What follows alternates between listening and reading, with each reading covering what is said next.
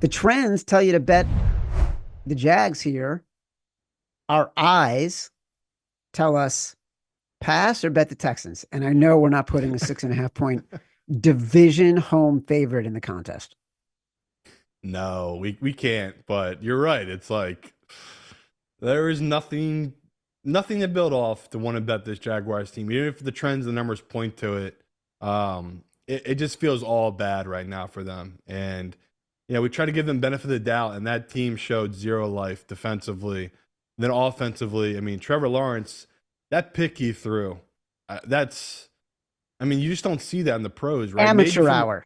Maybe from a first or second year starter, but it's like you're overthrowing a guy who's wide open high to the edge to where the safety is. It's like, man, it's so bad. I told you, like, what was that, last week or 2 weeks ago? He's definitely one of my bigger misses on guys I prospect to come out of college. It's just he was so great for Clemson and played so well against great defenses in college. Like, showed up in big moments in big games, and we gave him the benefit of the doubt because of Urban, and we're like, okay, Doug will come in, he'll fix this.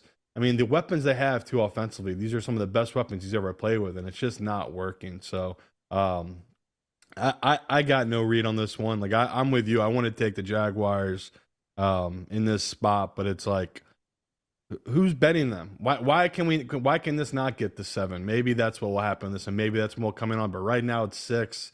Even if it was 6.5, I have no interest back in this Jaguars team. And Houston, you just said it. It's too big of a number for us to feel comfortable taking them at this number. So this is a game I'll just pass on for now. Yeah, total pass. It's astonishing to me in the same way that the Bears went out and kept Eberflus and signed Shane Waldron and are essentially giving up on a year of development for Caleb Williams. How did the Jags end up going all in with 150 million for Trevor Lawrence? Like, were they not watching the same games we were? It's always fascinating to me when coaches come in, they're like, we like what we saw on tape. We think this is the right guy. And it's never translating to the field. Like, he has taken so many steps back with a guy we all expected to help him take the ultimate leap forward because of how good Doug Peterson had been as an offensive coach. Like, from your perspective, as a guy who watched so much Doug Peterson, who's played pool with Doug Peterson, It's true. is he doing something differently? Is he calling the games differently? Is he coaching differently? Is it just a general mismatch? I think, well, first of all, I'll say this for them, and I'll give them the benefit of the doubt. Ready? They had the number 1 pick. They took a guy who was a can't miss prospect. Everyone told them that. And then, 3 years later, he won that division. And in their mind, it was like, okay, this guy is ascending. He's getting better, right? And then last year, he had that injury, and we kind of put all that blame on that midway through the year. You talked about it. They were the number 1 seed at 8-3 halfway through the year last year, and then it all went downhill. I get why they paid him, because in this league, it's just like the same thing with Miami and Tua. It's like, you just saw what Miami looks like without Tua. That's why you paid Tua. It's like, not all of us are going to get the Mahomes of Josh Allen's. A lot of us are going to deal with the slop and the shit in the middle and just try to make the best out of it.